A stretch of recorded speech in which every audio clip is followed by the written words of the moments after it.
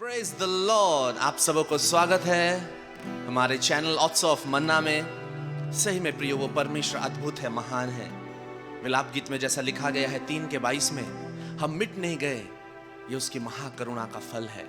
प्रियो, आपको मालूम है वचन में लिखा गया है, अगर हम पढ़ेंगे यिर्मयाह की पुस्तक 10 अध्याय 6 पद में, वहां ऐसा लिखा जाता है, हे यहोवा, तेरे समान कोई नहीं है, तू महान है और तेरा नाम पराक्रम में बड़ा है। आपको पता है प्रियो, हमारा परमेश्वर सबसे बड़ा है, सबसे महान है। आइए वचन सुनने से पहले उस परमेश्वर की हम आराधना करें।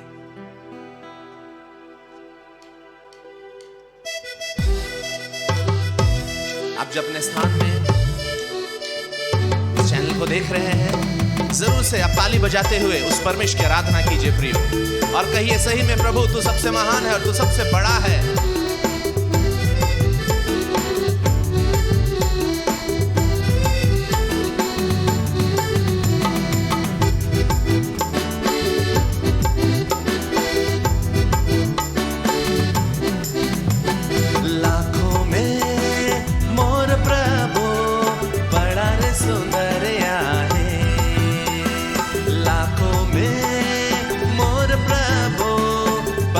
सुंदर आहे दुनिया में उकर लिखे क्यों नहीं रे, दुनिया में उकर लिखे क्यों भी नहीं, दुनिया में उकर लिखे क्यों नहीं रे, दुनिया में उकर लिखे क्यों भी नहीं। लाखों में मोर प्रभु बड़ा रे सुंदर आहे, लाखों में मोर प्रभु बड़ा रे सुंदर आहे। आपको पता है प्रियो, उस परमेश्वर की हम सुंदरता को कैसे जानेंगे? हम जब अपने आप को देखते हैं, हम जब इतने सुंदर हैं प्रियो, आपको मालूम है हमारा बनाने वाला हमसे ज्यादा सुंदर है।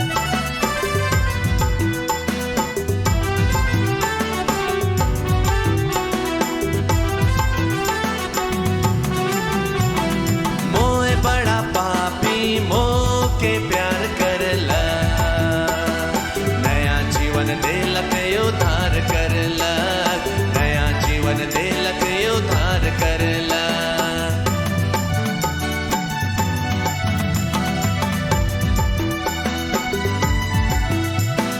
मोह बड़ा पापी मोह के प्यार करला, नया जीवन देलक उद्धार करला, उद्धार करला।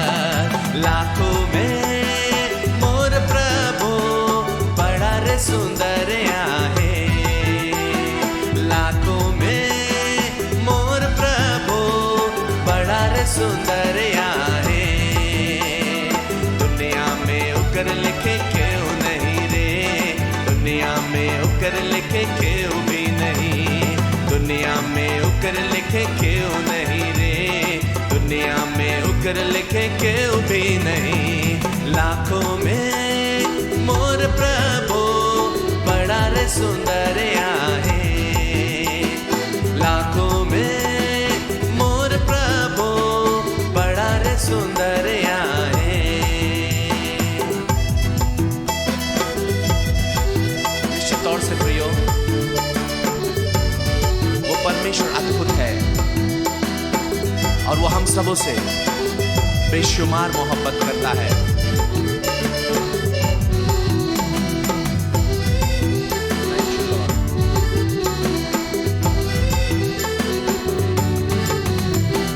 मोए तोरे भैया यीशु से प्यार कर लो, ओके अपन दिल में जोगाए रखबो, ओके अपन दिल में जोगाए रखबो।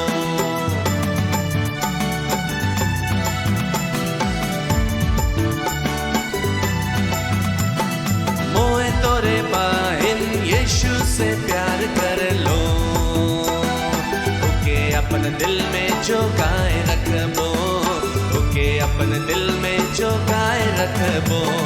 लाखों में मोर प्रभु बड़ा रे सुंदर आहे, लाखों में मोर प्रभु सुंदर आहे। दुनिया में उकर लिखे क्यों नहीं रे, दुनिया में उकर लिखे क्यों भी नहीं, दुनिया में उकर लिखे क्यों नहीं रे, दुनिया में उकर लिखे क्यों भी नहीं। लाखों में मोर प्रभु बड़ा रे सुंदर आहे, लाखों में मोर प्रभु बड़ा रे सुंदर आहे।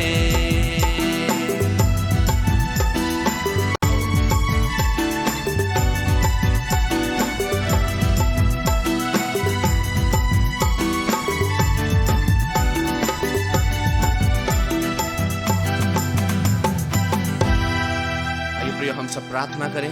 धन्यवाद देते हैं प्रभु, आपकी महिमा और आपकी प्रशंसा करते हैं। इस आराधना के जरिए निश्चित तौर से तो सारे मेरे प्रिय लोगों को आशीष किया है। इस घड़ी समय प्रभु तेरे दास को हम तेरे हाथों में समर्पित करते हैं। उनके मुख के जरिए जो वचन निकलता है प्रत्येक जन के जीवन में प्रभु एक नई बातों को, नया जोश, नया उमंग राज्य के प्रति लाने पाए, ऐसा हम दुआ करते हैं। धन्यवाद देते हैं प्रभु, महिमा आदर आपको देते हैं। यीशु के नाम से प्रार्थना मांगते हैं, आमेन। Praise the Lord, Hallelujah. Welcome to the Odds of Manna. परमेश्वर को बहुत बहुत धन्यवाद देते हैं। आप सबों को भी धन्यवाद देते हैं कि आज परमेश्वर ने सुंदर मौका दिया है और आप लोग भी हमारे साथ जुड़ने को पाए हैं। और निश्चय परमेश्वर आप सबों को आज भी आशीष करेगा, क्योंकि हर समय जब आप परमेश्वर के वचन को सुनते हैं तो परमेश्वर का जीवन उस वचन से प्रभावित होता है, क्योंकि परमेश्वर का वचन आत्मा है और जीवन है। हालेलुया। आप सबों के सपोर्ट के लिए धन्यवाद देते हैं, और जो दुआ प्रार्थना आज आप हमारे लिए करते आए हैं और इसीलिए परमेश्वर ने इस चैनल को उठाया है, इसके लिए भी आप सबों को बहुत बहुत धन्यवाद देते हैं। आइए आज के विषय में जाने से पहले हम छोटी सी दुआ करते हैं। सर्वसामर्थी सेनाओं का यह परमेश्वर पिता, इजराइल का परमेश्वर, दाऊद का परमेश्वर, इब्राहिम का परमेश्वर, हम आपको धन्यवाद देते हैं प्रभु जी। आज हम लोग परमेश्वर पिता तेरे वचन को पुनः मनन करने जा रहे हैं प्रभु जी। एक विशेष टॉपिक के ऊपर में परमेश्वर पिता हमारे मुख से होके बोलिए प्रभु जी, और सही प्रकाशन को हमारे जुबान में डालिए प्रभु जी, ताकि जितने सुन रहे हैं प्रभु जी वो सब आशीषित होने पाए, समझने पाए प्रभु जी। अनुग्रह प्रदान कीजिए, यीशु मसीह के नाम से मांगते सुनिए और दया से स्वर्ग राज्य में ग्रहण कीजिए, आमेन। हालेलुया। सो आज का विषय बहुत वंडरफुल है। हालेलुया। हेवनली ट्रेजर, आज का जो विषय है हेवनली ट्रेजर, इसको हिंदी में बोले तो स्वर्गीय तिजोरी बोल सकते हैं, स्वर्गीय धन बोल सकते हैं, स्वर्गीय संपत्ति बोल सकते हैं। इस संदर्भ में हम लोग बातें करने को जा रहे हैं। स्वर्गीय तिजोरी, स्वर्गीय धन या तो स्वर्गीय संपत्ति। एक खास वचन को हम उठा के उसको चर्चा करेंगे, क्योंकि जब लोग उस वचन को पढ़ते हैं तो उसमें कई एक सवाल है, छोटे छोटे सवाल है, उसका जवाब अभी तक बहुत सारे लोगों को नहीं मालूम है, और उसको हम लोग देखेंगे। मैं एक बात बताना चाहता हूं, पहले भी कहा है अपने चैनल में, कि परमेश्वर का राज के अंदर में उसके कार्यकलाप को जब हम समझते हैं, जिस चीज को हम समझे रहते हैं उसी चीज को हम एक्सेस करने पाएंगे, यानी उसी चीज को हम हासिल करने पाएंगे जिसको समझे। परमेश्वर का राज एक बड़ा विषय है, या तो आत्मिक जगत में जो कारोबार है, उस आत्मिक जगत का कारोबार जिसको कि परमेश्वर ने प्लेस किया है, रखा है, उसको जिस तरह से रखा है हम उसी तरह से उसको जब समझ लेते हैं तो उस खंड में से ही हम लोग लेने पाएंगे, उस खंड में से हम तोड़ने पाएंगे। Hallelujah, praise the Lord. समझ लीजिए, मैं एक उदाहरण देने को जा रहा हूं। अगर किसी का बर्थडे का केक बनाया गया, लेकिन केक को इस तरह से बनाया गया है कि केक में एक एरिया में वैनिला फ्लेवर डाला गया है, एक एरिया में चॉकलेट फ्लेवर डाला गया है, एक एरिया में खंड में एक सेक्टर में पाइनएप्पल फ्लेवर डाला गया, अलग अलग फ्लेवर का बना हुआ है। ओके, एक साथ एक व्यक्ति पूरा केक को नहीं खाता है। अगर उसको काटा जाएगा तो हो सकता है वैनिला फ्लेवर वाला पीस किसी और के पास में जाएगा, चॉकलेट फ्लेवर वाला पीस किसी और के पास में जाएगा, डिवाइड हो जाएगा। सब व्यक्ति का टेस्ट अलग अलग रहेगा। ओके, उसको जब बांटा जाएगा। उसी तरह से परमेश्वर के राज में जब हम लोग हैं, परमेश्वर के राज का जो बात है एक बहुत विस्तृत बात है, एक बड़ा विषय है। इसमें या तो आत्मिक जगत में जो चीज कारोबार होते हैं उसका खंड खंड को जिस तरह से हम समझते हैं उतना ही हम लोग अपने जीवन में उसको लेने पाएंगे। हालांकि परमेश्वर ने पूरा राज को दे दिया है, वो हमारे लिए, हम लोग हर एरिया पे एक्सेस करने के लिए परमेश्वर दिया है। लेकिन ओके, जितना हम लोग जिस एरिया का समझेंगे उसी एरिया का चीज को ही हासिल करने पाएंगे। जिस एरिया का नहीं समझे हैं हम लोग, तो उस एरिया का चीज को हासिल करना वो नामुमकिन है, या तो उस एरिया का चीज को हम पूरी रीति से हम लोग देखने नहीं पाएंगे, या तो अर्जित नहीं करने पाएंगे, या तो छूने नहीं पाएंगे। इसीलिए परमेश्वर ने ये चाहा है हम लोगों को। यीशु मसीह जब चेलों को बुलाता है अपने पास में और कहता है, लोगों को बुलाता है और कहता है कि मेरे पास आओ, सुनो और समझो। सुनना है और समझना है। कई बार सुनते हैं लेकिन नहीं समझते। जब नहीं समझेंगे तो उस एरिया का चीज को हम लोग एक्सेस नहीं करने पाएंगे। आज एक वचन को हम लोग डिस्कस करेंगे, चर्चा करेंगे। वो वचन है मत्ती 6 उसका 19 से लेके 21। पढ़ेंगे क्या लिखा है। मत्ती 6 उसका 19 से लेके 21 आयत। अपने लिए पृथ्वी पर धन इकट्ठा ना करो, अपने लिए पृथ्वी पर धन इकट्ठा ना करो, जहाँ कीड़ा और काई बिगाड़ते हैं और जहाँ चोर सेंध लगाते और चुराते हैं, परंतु अपने लिए स्वर्ग में धन इकट्ठा करो, जहाँ ना तो कीड़ा और ना काई बिगाड़ते हैं और जहाँ चोर न सेंध लगाते और न चुराते हैं, क्योंकि जहाँ तेरा धन है वहाँ तेरा मन भी लगा रहेगा। हालेलुया। ये वचन जो है, ओके, अपने लिए पृथ्वी पर धन इकट्ठा ना करो, जहां कीड़ा और काई बिगाड़ते हैं और जहां चोर सेंध लगाते हैं। अपने लिए स्वर्ग में धन इकट्ठा करो। ओके, अब इसमें क्या क्या क्वेश्चन हो सकते हैं जो आना चाहिए और उसका आंसर क्या हो। एक चीज, किस तरह से हम लोग स्वर्ग में धन को इकट्ठा करें। पहला क्वेश्चन, किस रीति से, कैसे हम लोग स्वर्ग में धन को इकट्ठा करेंगे, कैसे, व्हाट इज द प्रोसेस, प्रक्रिया क्या है। दूसरा चीज, जब हम लोग इस वचन को पढ़ रहे हैं, अपने लिए पृथ्वी में धन इकट्ठा ना करो बोल रहे हैं, तो क्या ये वचन बोल रहा है क्या बैंक में सेविंग नहीं करना चाहिए, बैंक बैलेंस नहीं रखना चाहिए, क्या ऐसे बोल रहा है क्या? नहीं, ऐसा भी नहीं कह रहा। बैंक में पैसा रखना ये गुनाह नहीं है और पाप नहीं है, और ये वचन उस चीज के लिए नहीं कह रहा है, इसका एक संदर्भ है। ओके, और अगर हम लोग स्वर्ग में अपने धन को इकट्ठा करते हैं तो किस फॉर्म में रखता है या किस रूप में धन जाके इकट्ठा होता है। जैसे पैसा को हम लोग बैंक में डालते हैं तो पैसा के रूप में रहता है, धीरे से आपका अकाउंट में फिगर दिखाई देता है। और स्वर्ग में अगर धन को इकट्ठा करते हैं तो किस रूप में रहता है, क्या कैश के रूप में रहता है? अरे कैश के रूप में रहता है तो कैसे जमा करेंगे, क्या कैश लेके स्वर्ग में जाएंगे, ये कैसे डाला जाता है, क्या किया जाता है, व्हाट इज द प्रोसेस, इस बात को हम जानेंगे। Hallelujah, praise the Lord. So इस बात को, इस वचन को समझने के लिए मैं पहले दूसरा कुछ बात को समझाना चाहूं। आत्मिक जगत में कारोबार कैसा होता है, उसका अंदर का अगर दृश्य को, अगर हमारा स्पिरिचुअल आईज को खोल दिया जाए तो दिखाई क्या देगा, वहां पर कुछ तो दिखाई देगा। क्योंकि हम लोग जैसे मृत्यु होगा, हमारा आत्मा शरीर से जब निकलेगा तो आत्मिक जगत को देखना चालू करेगा। तो इसका मतलब आत्मिक जगत जो है एक वास्तविक जगत है जो इन आंखों से तो दिखाई नहीं देता है, लेकिन आत्मिक आंखों को जब परमेश्वर खोल देगा तो उसमें बहुत सारे कार्यकलाप है, दिखाई देते हैं, बड़ा जटिल है उसमें। तो उस जगत में यह सारा कारोबार कैसे दिखाई देता है, क्या होता है, उसमें प्रक्रिया क्या होती है, अगर आत्मिक आंखों को खोल दिया जाए तो कैसे दिखाई देगा, उन बातों को, उन पहलुओं को हम कुछ बातों को लाकर समझने की कोशिश करेंगे। उसके बाद में मैं ये वचन को मत्ती 6:19 से 21 जो हमने पढ़ा है ना, पृथ्वी पर नहीं स्वर्ग में धन इकट्ठा करो, उसको मैं लास्ट में समझाऊंगा।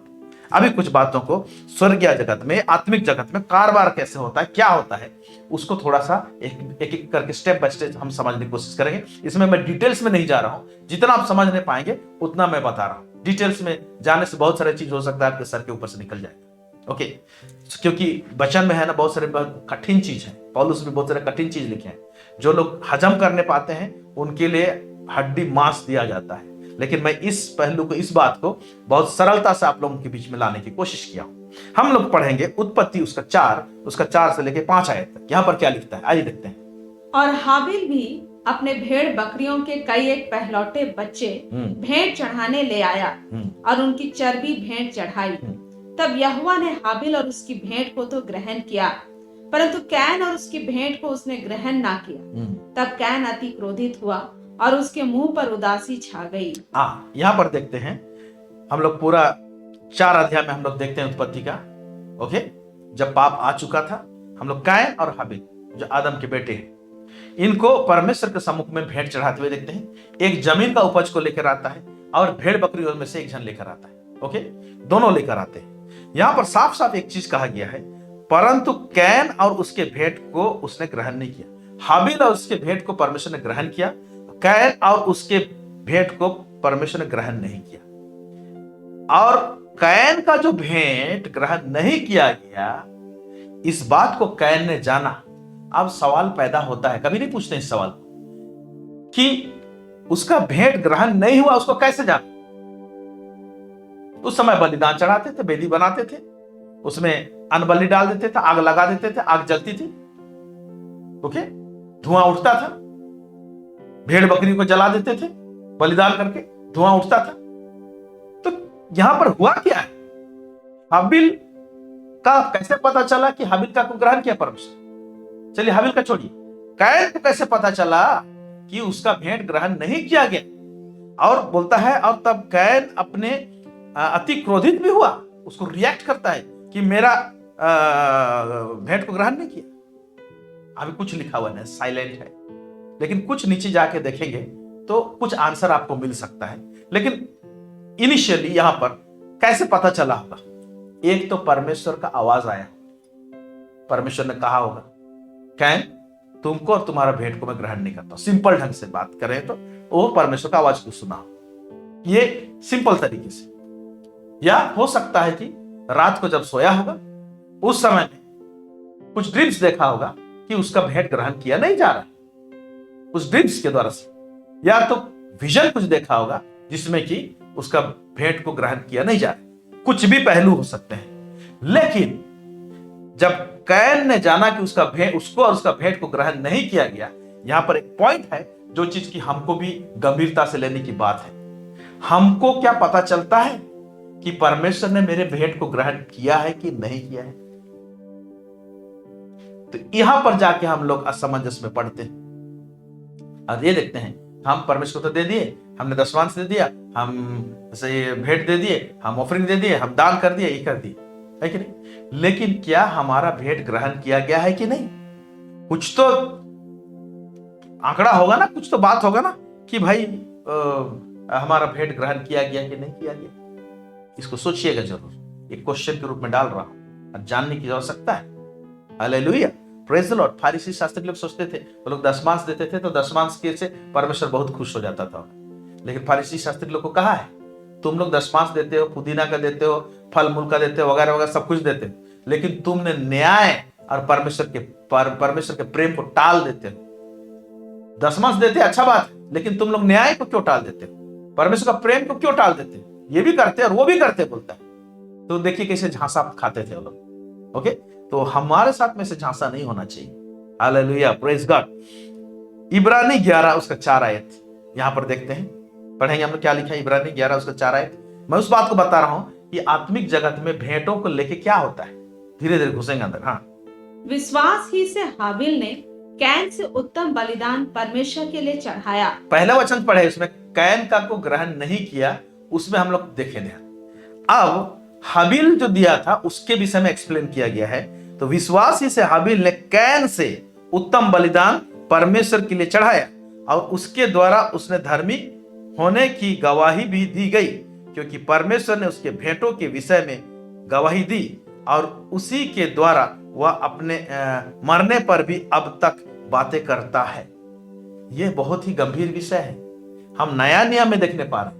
ओके, पुराना नियम की उत्पत्ति में, शुरुआत के दिनों में, पहला जेनरेशन में जो भेंट दिया गया, तो क्या बोल रहा है? पहला तो बोल रहा है कि हाबिल ने कैन से उत्तम बलिदान दिया। इसका मतलब जरूर एक चीज उत्तम हो सकता है, एक चीज उत्तम नहीं हो सकता है। इसका भी क्राइटेरिया है परमेश्वर की नजर में। हम लोग तो इसको कभी नहीं सोचते हैं। और ये बात का उल्लेख, इसका डिफरेंशिएशन, इसको डिफरेंशिएट करना कहां दिया जा रहा है? भेंट दिया गया उत्पत्ति में, और उसका फर्क को बता रहा है नया नियम के इब्रानी में। आप सोच सकते हैं, उस बात को यहां स्मरण किया जा रहा है। क्या जरूरत है?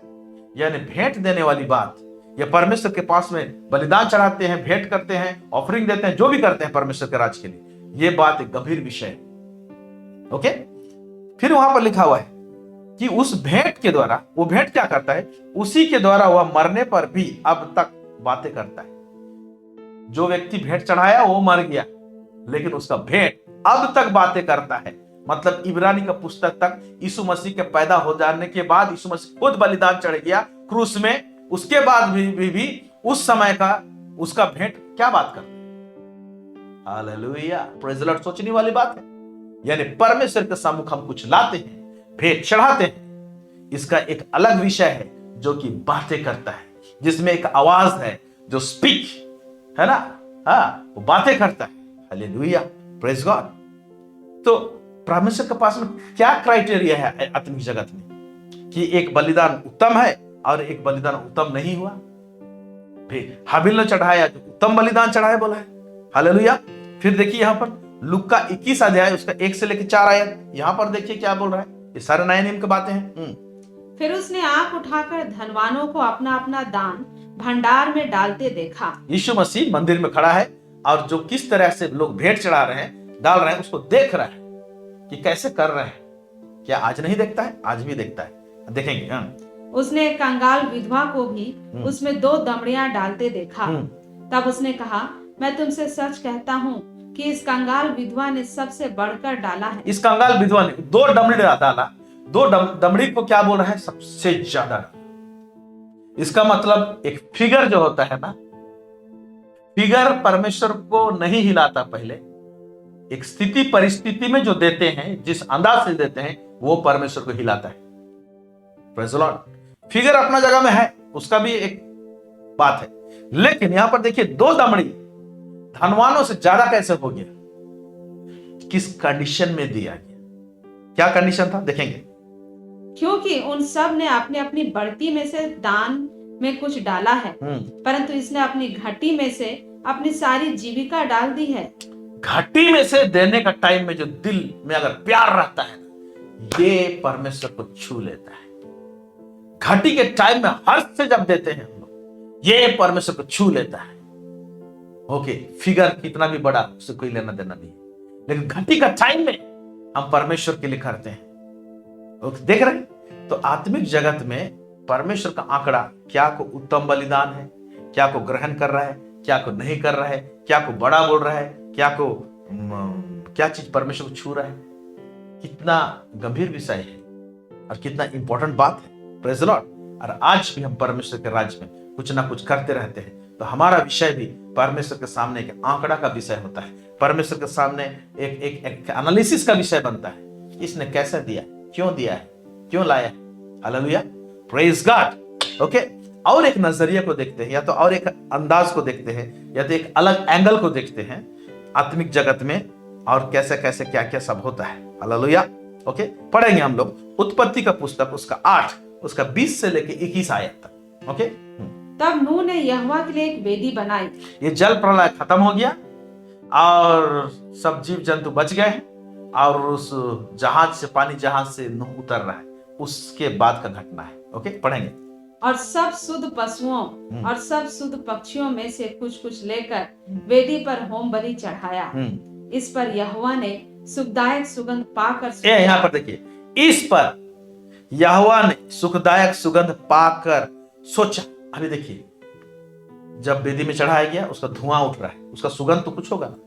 वो सुगंध हम लोग हड्डी मांस लहू में रहने वालों के लिए तो समझ में आता है कि हम लोग सूंघ रहे हैं तो कुछ चीज जल रहा है, हम लोग जानते हैं। इस प्रकार का सुगंध, जो जीव जंतु का जलने का सुगंध, क्या इतना इंपॉर्टेंट है परमेश्वर के नाक के लिए? क्या ये सुगंध के लिए लालयित है परमेश्वर? मैं नहीं समझता। ये कुछ बात को इंगित करने के लिए इस तरह से लिखा गया है। परमेश्वर तो आत्मा है। ओके, उसको ये सुगंध से क्या मतलब, या ये सुगंध उसको, उसका नाक को अच्छा लगे परमेश्वर। भले हम लोग को लगेगा, अलग बात है, हम लोग शरीर में है, हड्डी मांस में लोग, परमेश्वर आत्मा है। तो भाई इस ऐसे क्यों लिखा गया? ओके, इस पर यहोवा ने सुखदायक लिखा, सुख देने वाला। ओके, तो ऐसे भी भेंट है जो परमेश्वर को सुख देता है। सुखदायक सुगंध पाकर सोचा, तो भेंट ना परमेश्वर को सोचने के लिए मजबूर करता है। यस, सोचा, और क्या सोचा, पढ़ेंगे। मनुष्य के कारण मैं फिर कभी भूमि को साफ ना दूंगा। यद्यपि मनुष्य के मन में बचपन से जो कुछ उत्पन्न होता है वह बुरा ही होता है, तो भी जैसा मैंने सब जीवों को अब मारा है, वैसा उनको फिर कभी ना मारूंगा। इसके बाद हम लोग देखते हैं कि परमेश्वर ने वो मेघ धनुष देकर वाचा बांधा।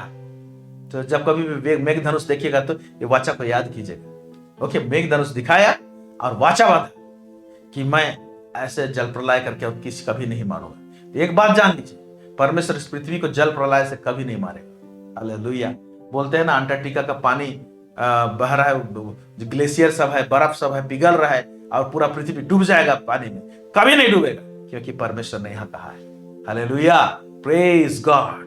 तब सोचने वाली बात है कि परमेश्वर क्या सचमुच सूंघता है? तो सूंघता है तो क्या ये जो हम लोग जो सूंघते हैं ऐसे सूंघता है कि एक स्पिरिचुअल सेंट है? ओके, आत्मिक जगत में एक स्पिरिचुअल सेंट है। हालेलुया, इस बात को याद रखिएगा। वो स्पिरिचुअल सेंट कैसे निकलता है उसको बाद में बताऊंगा मैं। ओके, तो ये बहुत जरूरी है। तो आज के दिनों में भी क्या स्पिरिचुअल सेंट निकलता है? उस दिन तो जलाया गया, तो जलाने से तो धुआं निकलेगा, सेंट आएगा। अभी नया नियम में देखते हैं, जलाया नहीं गया लेकिन फिर भी उसका सुगंध निकल रहा है। वो भी किसके लिए मालूम? आप इसको काट नहीं सकते, बोल नहीं सकते। वो कोई मनुष्य के लिए नहीं, यीशु मसीह के लिए। यीशु मसीह का बलिदान। यीशु मसीह को क्या वेदी में जलाया गया था? वास्तविक रूप से जलाया गया था? नहीं, वो क्रूस में बलिदान हुआ था। लेकिन उसके विषय में परमेश्वर का वचन क्या कहता है? इफिसी 5 उसका 1 से लेकर 2 आयत पढ़ेंगे। इफिसी 5 उसका 1 से लेकर 2 आयत। इसलिए प्रिय बालकों के समान परमेश्वर का अनुकरण करो और प्रेम में चलो। और प्रेम में चलो जैसे मसीह ने भी तुमसे प्रेम किया और हमारे लिए अपने आप को सुखदायक सुगंध के लिए परमेश्वर के आगे भेंट करके बलिदान कर दिया। हाँ, देखिए, यीशु मसीह ने अपने आप को सुखदायक सुगंध के लिए, अभी यीशु मसीह, हम लोग उत्पत्ति में देखें तो जो सामग्री को लाते थे उसको आग में जलाया जाता था और वास्तविक रूप से धुआं निकलता था। यीशु मसीह क्रूस में अपने आप को बलिदान किया, उसका आग में नहीं जलाया गया। तो इसका मतलब दोनों वचन को देखने से, पढ़ने से यह समझ में आता है कि परमेश्वर के पास में स्पिरिचुअल सुगंध जाता है। हालेलुया, आत्मिक सुगंध जाता है। क्योंकि आज के दिन में हम लोग कोई भी चीज परमेश्वर के पास लाते हैं, धन लाते हैं या कोई पैसा लाते हैं, क्या हम लोग उसको आग में डालते हैं, जलाते हैं? नहीं। तो क्या उस धन का, उस संपत्ति का जो परमेश्वर के राज में हम लोग लगाते हैं, उसका कुछ सुगंध निकलता है? हाँ, निकलता है। एक स्पिरिचुअल सुगंध होता है जो कि आत्मिक जगत में अगर हमारे स्पिरिचुअल आइज को खोल दिया जाए तो दिखाई देगा। Praise God. और उसको बताने के लिए, समझाने के लिए आप लोगों के बीच में एक घटना को लाता। एक घटना बाइबल में घटा है कि कैसे होता है, आत्मिक जगत में ऐसे दिखाई देता है। ओके, भौतिक जगत में जो चीज है आत्मिक जगत में ऐसे दिखाई देता है और दिखाई देगा। और क्यों दिखाया जाता है उसको भी मैं बताऊंगा। आइए हम लोग पढ़ेंगे न्यायों का पुस्तक, उसका 13 अध्याय, उसका 15 से लेकर 20। मैं बता रहा हूं कहां का घटना है। न्यायों का पुस्तक 13 अध्याय 15 से लेकर 20। ये उस समय है, समसोन पैदा होने वाला है और मनोहा और उसका पत्नी को स्वर्गदूत आता है और बताता है कि क्या होगा, तुमको एक बेटा पैदा होगा, उसको ऐसे बढ़ाना, ये करना, वो करना, बहुत सारे बातें यहाँ पर हम लोग देखते हैं। मनोहा को, मनोहा से जो स्वर्गदूत बात कर रहा है, मनोहा का पता नहीं चलता है कि एक्चुअली स्वर्ग से आया है, स्वर्गदूत है। प्रभु का कोई जन है इतना तो जान रहा है, लेकिन स्वर्गदूत है बोल के नहीं जान रहा, क्योंकि स्वर्गदूत लोग कई कैटेगरी के हैं। हर स्वर्गदूत का पंख नहीं होते। आपके और मेरे जैसे ना इंसान जैसे दिखाई देंगे। उन दिनों में अब्राहम के साथ मुलाकात करने के लिए पंख नहीं थे उन स्वर्गदूत का। मनोह के साथ मुलाकात करने पंख नहीं है स्वर्गदूत का। हर स्वर्गदूत का पंख नहीं है। कुछ कुछ स्वर्गदूत लोग का पंख है तो 2 है, कुछ कुछ लोग का 6 है। हम लोग बाइबल में देखने पाते हैं। तो बहुत प्रकार के कैटेगरी के स्वर्गदूत लोग हैं। हालेलुया। और ये एंजल्स लोग हम लोग को मिनिस्ट्रिंग करते हैं। Wonderful, praise the Lord, hallelujah. वचन बोलता है ना, इब्रानी में लिखा, हम लोग लाखों करोड़ों लोग स्वर्गदूतों के बीच में लाए गए हैं। ओके, पवित्र लोगों के मंडली में हम लोगों को लाए गए है ना। सियोन उस पर्वत में हम लोग को लाया गया है, हालेलुया, यीशु मसीह के जरिए से। क्यों स्वर्गदूत लोग के बीच में लाए गए हैं? क्योंकि स्वर्गदूत लोग मिनिस्ट्रिंग करते हैं हम लोग को। ओके, हमको सेवा देते हैं। ओके, मैसेज लेके आते हैं, मैसेज पहुंचाते हैं, और क्या क्या पहुंचाते हैं, ये भी एक चीज करते हैं जो पढ़ने जा रहे हैं। पढ़ेंगे न्याय का पुस्तक 13 उसका 15 से लेकर 20। यहाँ पर अभी मनोहा स्वर्गदूत बात करके खत्म कर दिया, तो स्वर्गदूत को मनोहा क्या बोल रहा है, पढ़ेंगे। मनोहा ने यहोवा के दूत से कहा, हम तुझको रोक लें कि तेरे लिए बकरी का एक बच्चा पकाकर तैयार करें। यहोवा के दूत ने मनोहा से कहा, चाहे तू मुझे रोक रखे, परंतु मैं तेरे भोजन में से कुछ ना खाऊंगा। तुम रोक के रखेगा लेकिन तेरे भोजन में से कुछ नहीं खाऊंगा, बोल रहा है। और यदि तू होम बलि करना चाहे तो यहोवा ही के लिए कर। होम बलि करना चाहता है, ओके, तो यहोवा के लिए कर बोलता है। फिर मनोह तो ना जानता था कि यह यहोवा का दूत है। मनोहा तो ना जानता था कि यह यहोवा का दूत है, क्योंकि इंसान जैसे दिखाई दे रहा था। ये वो कैटेगरी का स्वर्गदूत है। फिर आगे मनोह ने यहोवा के दूत से कहा, अपना नाम बता, इसलिए कि जब तेरी बातें पूरी हो तब हम तेरा आदर मान कर सकें। यहोवा के दूत ने उससे कहा, मेरा नाम तो अद्भुत है, मेरा नाम तो अद्भुत है, इसलिए तू उसे क्यों पूछता है? मेरा नाम ऐसे अद्भुत है, क्यों पूछता है? मेरा नाम को बोल रहा है। ठीक। तब मनोह ने अनबलि समेत बकरी का एक बच्चा लेकर चट्टान पर यहोवा के लिए चढ़ाया। हाँ, अनबलि लिया, बकरी का एक बच्चा लिया और चट्टान पर यहोवा के लिए चढ़ाया, मैंने अभी आग लगा दी। ओके, फिर क्या हो रहा है? तब उस दूत ने मनोह और उसकी पत्नी के देखते हुए एक अद्भुत काम किया। तब उस स्वर्गदूत क्या किया है? मनोहा और उसके पत्नी के देखते हुए एक अद्भुत काम किया, बोलता है, एक वंडरफुल काम किया। और करने के पीछे तो मकसद होना चाहिए, मकसद को मैं बताऊंगा आपको, पढ़ेंगे। अर्थात जब लौ उस वेदी पर से आकाश की ओर उठ रही थी, तो जब वो वेदी में से आग जल रहा है, ओके, वहां पर ये लोग जला दिए और वहां पर धुआं उठ रहा है, वो अनबलि और जो बकरी का बच्चा था उसमें से उठ रहा है, तो उस लौ में, ओके, स्वर्गदूत आके उस लौ जो उठ रहा था उस लौ में खड़ा हो गया और लौ के साथ में स्वर्गदूत भी ऊपर चला गया। पढ़ेंगे। तब यहोवा का दूत उस वेदी की लौ में होकर मनोह और उसकी पत्नी के देखते देखते चढ़ गया, तब वे भूमि पर मुंह के बल गिरे। हालेलुया। अब सवाल पैदा होता है कि ये प्रक्रिया को स्वर्गदूत ने क्यों किया? वो लोग जलाए, चला जाता, स्वर्गदूत यूं ऐसे चुटकी वाले गायब हो जाता होगा, लेकिन उस आग का लौ से होके धुआं से उठते हुए ऊपर क्यों गया? रीजन, पहला रीजन, ऊपर हमने देखा कि वो लोग परमेश्वर का दूत है बोल के नहीं जानते थे। प्रभु का कोई जन है, इस पृथ्वी से आया हुआ एक जन है, हो सकता है कोई प्रॉफिट है, कोई दास है, ऐसे बोल के सोच रहे थे, क्योंकि प्रभु का बात प्रोफेसी लेकर आया था, इससे बच्चा पैदा होगा बोल के। ओके, तो ये लोग स्वर्ग से आया था बोल के नहीं जानते थे। तो उसको प्रूफ करना था कि भाई आग से का लौ से अगर जाएगा ऊपर तभी प्रूव होने पाएगा कि भाई ये जो आया था व्यक्ति ये स्वर्गदूत था जो उतरा था। इसको प्रूफ करना था कि मैं स्वर्ग से आया हूं, मैं स्वर्ग को जा रहा हूं। पहला चीज, इसके लिए वहां से होके गया। दूसरा चीज कि ये बताना चाह रहा था स्वर्गदूत, और उनको भी बताना चाहा, आज हम लोग को भी बताना चाहा कि मनोहा ने जो होम बलि चढ़ाई, ओके, उस होम बलि को परमेश्वर ने ग्रहण किया।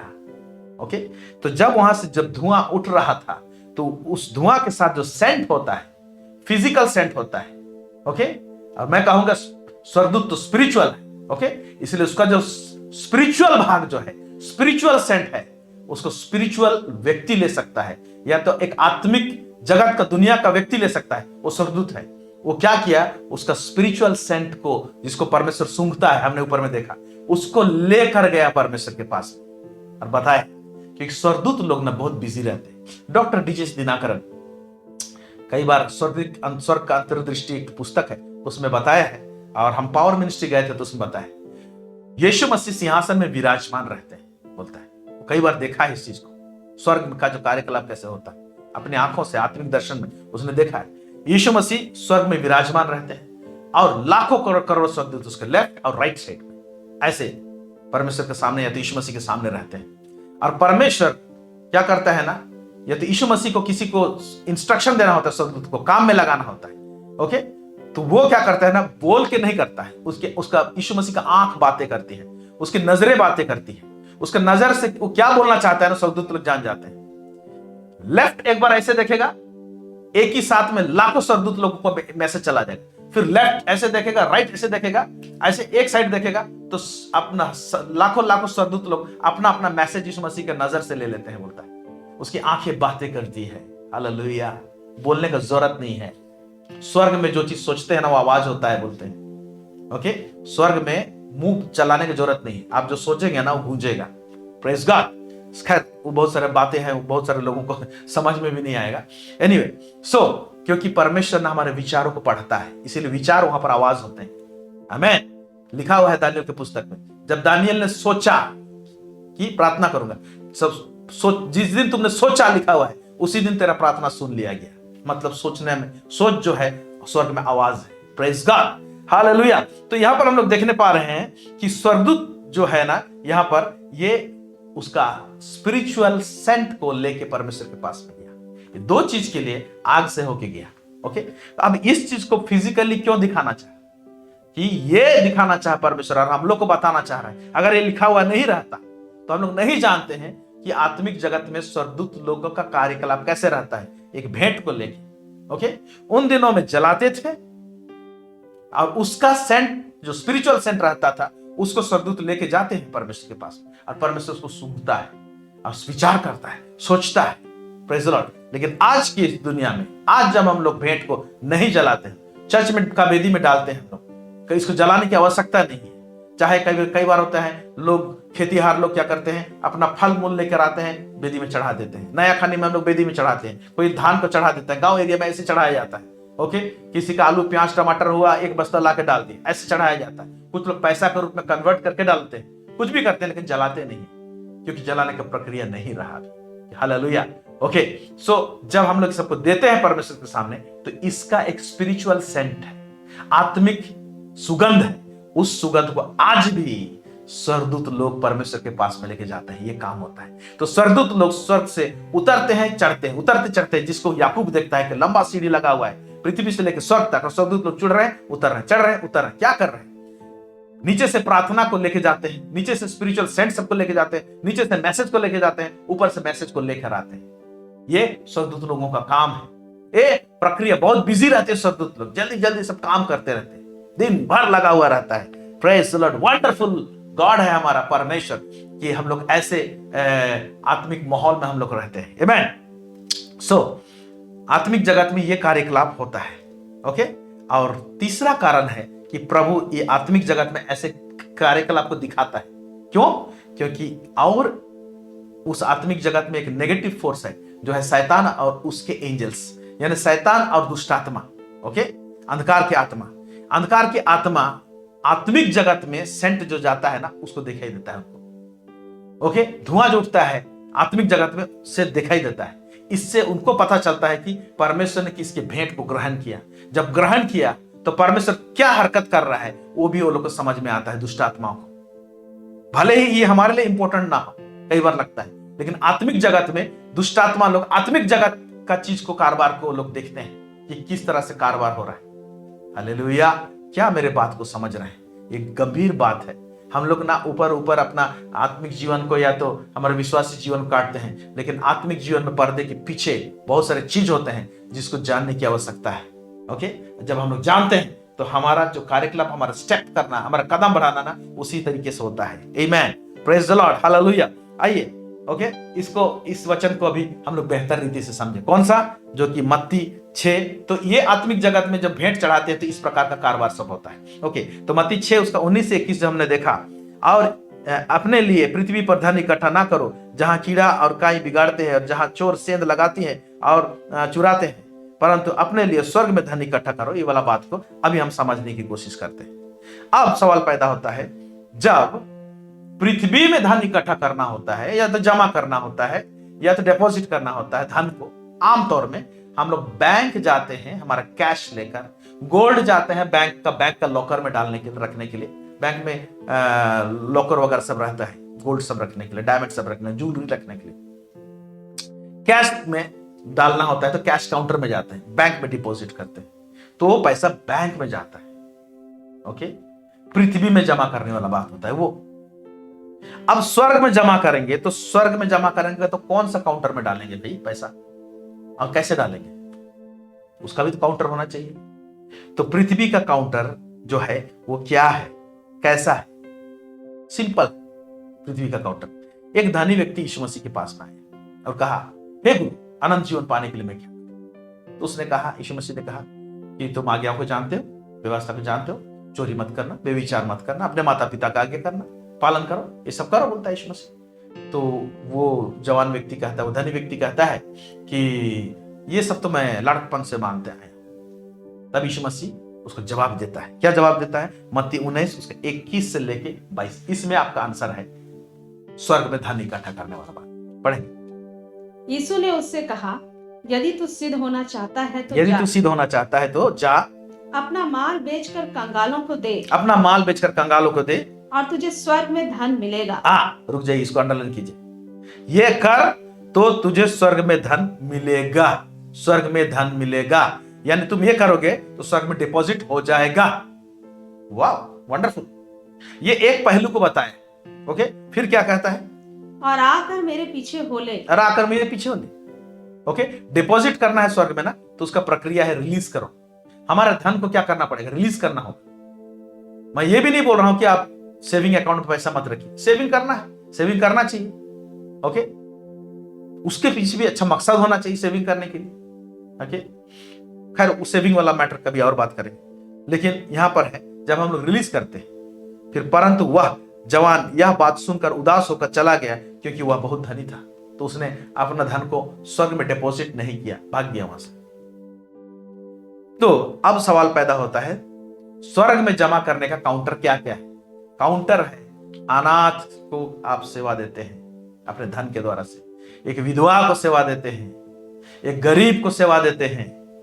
ओके, लेकिन इससे पहले आप सुसमाचार के लिए अपना धन को लगाते हैं, सुसमाचार का सेवा के लिए लगाते हैं। टीवी मिनिस्ट्री हो, ट्रैक्स मिनिस्ट्री हो, प्रीचिंग मिनिस्ट्री हो, क्रूसेड मिनिस्ट्री हो, चर्च मिनिस्ट्री हो, प्रेयर मिनिस्ट्री हो, कोई भी हो जहां पर प्रभु का सेवा हो रहा है, सुसमाचार बताया जा रहा है, टीचिंग मिनिस्ट्री हो, ओके, कुछ भी, ओके, प्रोफेट्स है, अपोस्टलिक मिनिस्ट्री, कुछ भी सेवा का ही है परमेश्वर के राज्य में। वहां पर जब हम अपना धन को लगाते हैं, उस काउंटर में लगाते हैं, तो हमारा धन जमा होता है स्वर्ग में। हालेलुया।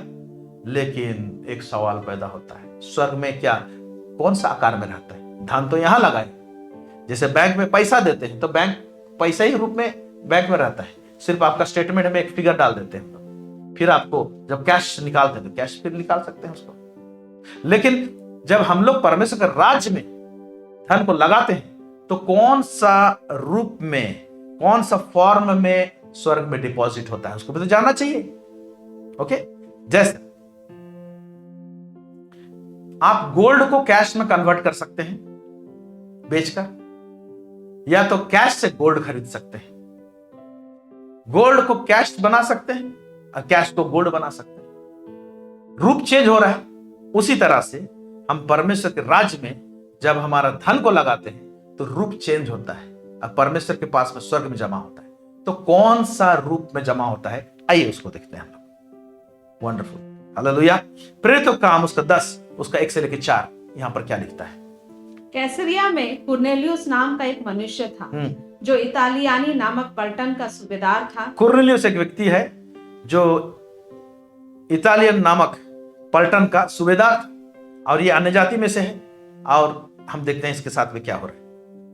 वह भक्त था और अपने सारे घराने समेत परमेश्वर से डरता था। वह भक्त था और अपने सारे घराने समेत परमेश्वर से डरता था। और यहूदी लोगों को बहुत दान देता। यहूदी लोगों को अपने समझ के अनुसार यहूदी लोगों को दान देता था। ओके, और बराबर परमेश्वर से प्रार्थना करता था। और उसका प्रार्थना का जीवन था, बोला बराबर परमेश्वर से प्रार्थना करता था। यह अन्य जाति में से उसने दिन के तीसरे पहर के निकट दर्शन में स्पष्ट रूप से देखा कि परमेश्वर का एक स्वर्गदूत उसके पास भीतर आकर कहता है, परमेश्वर का एक स्वर्गदूत भीतर आकर उससे कहता है, धीरे से पढ़ेंगे, क्या लिखा है? हे कुर्नेलियुस, हे कुर्नेलियुस। उसने उसे ध्यान से देखा और डर कर कहा, हे प्रभु, क्या है? क्या है? उसने उससे कहा, तेरी प्रार्थनाएं और तेरे दान स्मरण के लिए परमेश्वर के सामने पहुंचे हैं। कौन पहुंचाया? ऊपर हमने देखा स्वर्गदूत लोग उसका सेंट का स्पिरिचुअल सेंट को पहुंचाते हैं। समझ में आ गया? जब पहुंचता है तो क्या होता है? कौन सा फॉर्म में रहता है? स्मरण के रूप में रहता है। वहां पर आपका जो भी यहां पर परमेश्वर राज्य में करते हैं, परमेश्वर राज्य में अपना धन को लेके करते हैं, वो डिपॉजिट कैसे होता है? मेमोरी के रूप में, मेमोरी, स्मरण के रूप में। जब सुगंध लेगा मेमोरी में रह जाएगा। हालेलुया। अच्छा सेंट था। मैं बताना चाहता हूं एक छोटा सा उदाहरण। बहुत साल पहले एक प्रभु के दास के घर में हमको कुछ एक पार्टी के लिए, छोटा सा पार्टी था, एक फैमिली कुछ गैदरिंग था, पार्टी था, उसमें कुछ व्यंजन बनाए थे और मुझे और एक प्रभु के दास को बुलाए थे। तो हम लोग भोजन करने के लिए बैठे हैं और लोग भी बैठे हैं। उस दिन जो उसमें जो आइटम बना था, इतना टेस्टी था। वो आइटम और जगह भी खाए हैं, लेकिन उस दिन खासकर वहां जो टेस्ट था, आज तक हमने उस टेस्ट को नहीं पाया है। इतना टेस्टी था। और हम लोग दोनों प्रभु के दास लोग बात कर रहे हैं, सेकेंड टाइम परोसेंगे क्या है लोग? तो देखें कि सेकेंड टाइम नहीं परोसे। और हम लोग भी शर्म के मारे नहीं बोले भाई टेस्टी लगा और थोड़ा सा दे दो। बाद में कुछ समय के बाद में हम लोग बोलते, कुछ महीना के बाद में, आपके घर में जो आइटम बना था ब्रदर बहुत टेस्टी लगा। तो बोला पास्टर जी इतना टेस्टी लगा था, बोले होते ना और देते। अरे शर्म आ गया जी, बोले नहीं। तो उसको आज भी मैं याद करता हूं ना, उसको टेस्ट को, तो गजब का बात है। तो ऐसे ही हम लोग परमेश्वर के राज्य में जो किए रहते हैं, उसका स्पिरिचुअल सेंट जाता है, स्वर्गदूत लोग पहुंचाते हैं, और परमेश्वर का मेमोरी में रहता है। ये सुगंध में कहां से लिया था और क्यों लिया था, उसने क्या किया था। तो आपका धन संपत्ति मेमोरी रूप में स्वर्ग में डिपॉजिट होता है। उसी को कहा गया है, जमा होता है, उसी को कहा गया है कि पृथ्वी पर के नहीं, लेकिन स्वर्ग में अपना धन को इकट्ठा कर। It's so simple, praise God. लेकिन उन दिनों में आग जलाते थे, धुआं उठता था, उसका स्पिरिचुअल सेंट को लेते थे। तो एक्चुअली क्या चीज स्पिरिचुअल सेंट को डेवलप करता है, स्पिरिचुअल सेंट को सचमुच में अच्छा सुगंध है बोल के क्या चीज उसको रंग भरता है, क्या चीज, किस प्रकार से? वो है जब हम क्वालिटी गिविंग करते हैं, मतलब हमारा देने में क्वालिटी रहता है। ओके, क्वालिटी बोलने से मैं बता रहा हूं, जब हम लोग खुशी खुशी दिए रहते हैं, ये सेंट को पैदा करेगा और इसको स्वर्गदूत लेके जाएगा। ओके ओके, फिर हम प्रेम स्वरूप परमेश्वर के लिए किए रहेंगे, तो वो सेंट को लेगा और यादगार के रूप में रहेगा। प्रेम स्वरूप तुमने जो परमेश्वर के लिए किया है वो कदापि नहीं भूलेगा बोल के हम लोग पढ़ते हैं वचन। ओके, चलिए इस वचन से हम लोग को क्लियर हो जाएगा कि उसमें हम जो कुछ भी करते हैं उसमें स्पिरिचुअल सेंट कैसे पैदा होता है। 2 कोरिन्थियन, दूसरा कोरिन्थी, उसका 9:6 से लेके 8 आयत, यहाँ पर क्या लिखता है? परंतु बात यह है, जो थोड़ा बोता है वह थोड़ा काटेगा भी। तो ये परिमाण में आता है, जो थोड़ा बोता है तो थोड़ा काटेगा भी बोल रहा है। फिर आगे, और जो बहुत बोता है वह बहुत काटेगा। बहुत बोता है बहुत काटेगा भी। फिर, और हर एक जन जैसा मन में ठाने। हाँ, मन में ठाने। पहले ये जो दुविधा जो रहते हैं, इतना दूंगा ये करूंगा वो करेंगे, भैया उसको अच्छी तरह से ठान लीजिए, मैं इतना करूंगा, उससे इधर उधर मत हिलिए। ओके, करूंगा। देखिए गड़बड़ होता है। अननिया सफीरा को देखिए, प्रेरितों के काम में पढ़ने पाएंगे तो वहां पर क्या करते थे, प्रेरितों के पास में लोग अपना एक्स्ट्रा जो संपत्ति रहता था उसको बेचकर, ओके, लेकर प्रेरितों के चरणों में रख देते थे। ओके, हननिया सफीरा भी एक टुकड़ा जमीन को बेचते हैं और लेके आते हैं। पतरस पूछता है, आत्मा में जानता है और पूछता है कि तुमने जो बेचा था वो जमीन का दाम इतना ही है? तो एक्चुअली कुछ भाग को रख लिए थे और कुछ को लाए थे। इनके मन में दुविधा थी। उन्होंने कहा हाँ इतना ही है, उनको झूठ बोलने का जरूरत ही नहीं था। उन्होंने कहा था कि हम लोग बेचे तो इतना का थे, हमारा दिल में मन किया, हम लोग ठाने हैं और इतना लाके दे रहे हैं, बाकी कुछ अमाउंट हम लोग रखे हैं। सिंपल ये बात को रखना था, लेकिन उन्होंने झूठ बोला। इसका मतलब मन में खोट था। ये ऐसे वाला टाइप का जो दुविधा रहेगा ना, इससे सेंट नहीं आता है। स्वर्गदूत उसको लेके नहीं जाएगा, नहीं लेके जाएगा, और परमेश्वर को स्मरण नहीं आएगा ऐसे चीज। इसीलिए जब हम लोग परमेश्वर के लिए कुछ करते हैं ना, उसमें ये क्वालिटी रहना चाहिए। क्या? हर एक जन जैसा मन में ठाने वैसा ही दान करे। फिर आगे, ना कुड़कुड़ाने में उसका सेंट खराब हो जाता है। फिर, और ना दबाव से सेंट खराब हो जाएगा। फिर, क्योंकि परमेश्वर हर्ष से देने वाले से प्रेम रखता है। हाँ, परमेश्वर हर्ष से देने वाले से प्रेम करता है। सुगंध आएगा, उसको याद रह जाएगा, मेमोरी में रहेगा, मेमोरी फॉर्म में रहेगा, और स्वर्ग में वैसे ही धन इकट्ठा होगा। और वो आप करते रहेंगे ना, परमेश्वर को स्ट्राइक करेगा, और उसके साथ आपका प्रार्थना भी रहेगा। देखिए उसका रिजल्ट कैसे आता है। Praise God. उसका रिजल्ट कुरनेलियुस जो है, अच्छा कुरनेलियुस को क्यों आशीष दिया मालूम? वहां तो लिखा है गरीब को दान देता था, नहीं लिखा हुआ है। वहां पर लिखा हुआ है यहूदियों को दान देता था, लेकिन एक वचन को पूरा किया मालूम? उत्पत्ति का 12 अध्याय का आप 2 और 3 को पढ़ेंगे तो अब्राहम को जो ब्लेसिंग दिया था ना, वही ब्लेसिंग रिलीज हुआ। अब्राहम को लास्ट भाग में कहा है, ये कहा है तुम्हारा नाम ऊंचा करूंगा, बढ़ाऊंगा और पृथ्वी में फैला दूंगा। लास्ट में एक चीज लिखा हुआ है, जो तुमको आशीष देंगे मैं उनको आशीष दूंगा, जो तुमको कोसेंगे मैं उनको श्राप दूंगा। दो तुमको आशीष देंगे, तो अब्राहम को आशीष देंगे, यानी अब्राहम के जो वंश हैं उनको क्या करता था? इजरायली लोगों को, यहूदियों को। जब यहूदियों के लिए कर रहा था तो एक्चुअली अब्राहम को कर रहा था, और अब्राहम का को परमेश्वर ने वादा किया था ना, उसको फुलफिल किया है कि देखो कितना कितना कितना परमेश्वर अपना प्रतिज्ञा में कितना प्रोफाउंड है। अब्राहम तो मर गया लेकिन उसके वंशज है, तो अब्राहम के वंश के लिए जो कर रहा था, तो परमेश्वर को वहां पर स्मरण आया कि मैं जो अब्राहम को कहा था वो बात पूरा हो रहा है। ये आशीष दे रहा है, ये श्राप नहीं दे रहा है यहूदी लोगों को। और परमेश्वर ने क्या किया, उसकी प्रार्थना को सुनी और एक स्वर्गदूत को साक्षात भेज दिया, स्वर्गदूत को देखने पाया। Praise God. हमारा भेंट स्वर्गदूतों को दरवाजा खोल देता है, हमारा भेंट आत्मिक जगत के लिए आंख को खोल देता है। जैसे स्पिरिचुअल रेल में परमेश्वर का आवाज जो आते रहता है उसको कैच करने पाएंगे हम लोग। इसमें बहुत सारे शिक्षा है, बहुत सारे बातें हैं, वो डीप हो जाएगा आप लोगों के लिए, इसे मैं नहीं बता रहा हूं। Praise God. सो यहाँ पर बोलते हैं परमेश्वर सब प्रकार का, फिर क्या बोलता है, जब ऐसे करते हैं और इस हिसाब से देते हैं तो ये सेंट जाता है और परमेश्वर का मेमोरी में रहता है। तो बोलता है परमेश्वर सब प्रकार का अनुग्रह, आधा नहीं, सब प्रकार का अनुग्रह तुम्हें बहुत आयत से दे सकता है, ऐसे करने से, जिससे कि हर बात में, हर समय, हर बात में, बच्चा का स्कूल फीस में, कपड़ा पहनने के लिए हमको पैसा चाहिए, घर बनाने के लिए धन चाहिए, हमको जीविका चलाने के लिए चाहिए, हर बात में लिखा हुआ देखिए। हाँ, अनुग्रह तुम्हें बहुत ऐसे दे सकता है कि हर बात में और हर समय सब कुछ जो तुम्हें आवश्यक हो तुम्हारे पास रहे।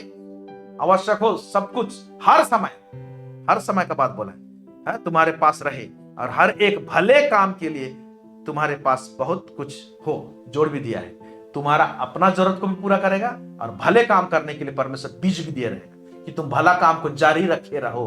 फिर वहां से और सेंट निकलते जाएगा, फिर उतरेगा, फिर सेंट निकलते जाएगा, फिर उतरेगा। इस प्रकार से हम लोग स्वर्गीय धन को इकट्ठा करते हैं।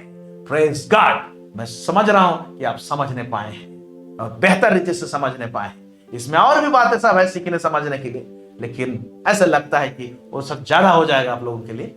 फिर भी आप प्रार्थना कीजिए और निश्चय परमेश्वर आने वाले दिन में चाहेगा तो और भी गंभीर रूप से हम समझेंगे और जानेंगे, तह तक जाएंगे, अंदर तक जाएंगे। हालेलुया। प्रभु इस वचन में आप सबों को बहुत अधिक आशीष करे।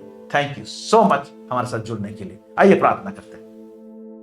सर्वसामर्थी सेनाओं का यह परमेश्वर पिता, इस्राएल का परमेश्वर, दाऊद का परमेश्वर, हम आपको बेहद धन्यवाद देते हैं प्रभु जी। आज जो वचन हमने सुना, स्वर्ग में धन को किस तरह से इकट्ठा करना आपने सिंपल ढंग से हमें बताया, समझाया प्रभु परमेश्वर पिता। लॉर्ड, जितने लोग सुने हैं प्रभु जी, इसको प्रैक्टिस करने पाए प्रभु जी, इसमें प्रभु जी माहिर होने पाए प्रभु जी, ताकि स्वर्गदूत का लिए हमारे पास में उतरना और चढ़ना प्रभु जी बहुत आम बात होने पाए प्रभु जी। हम उनको एक्सेस करने पाए, हम उनको देखने पाए प्रभु जी। और प्रभु जी जो कुछ भी प्रभु जी तेरे राज्य में परमेश्वर पिता करते हैं लॉर्ड ऑलमाइटी, तेरे बच्चे लोग, वो सब स्मरण आए प्रभु जी। इवन हम प्रार्थना करते हैं, उसके ब्लेसिंग को रिलीज करते हैं Lord. What's of Manna channel के लिए बहुत सारे हमारे भाई बहन लोग प्रभु जी इस चैनल को सपोर्ट करते हैं लॉर्ड, अपने अनुदान राशि को भेजते हैं, अपने ऑफरिंग को भेजते हैं प्रभु परमेश्वर पिता। लॉर्ड ऑलमाइटी, हम प्रार्थना करते हैं प्रभु जी, ये भी, इसका भी सेंट प्रभु जी आपके पास में हमेशा रहने पाए लॉर्ड। और प्रभु जी उनको ब्लेस कीजिए, उनको आशीष दीजिए लॉर्ड। किसी प्रकार का कोई भी बलि वस्तु की घटी कमी होने ना पाए राजा।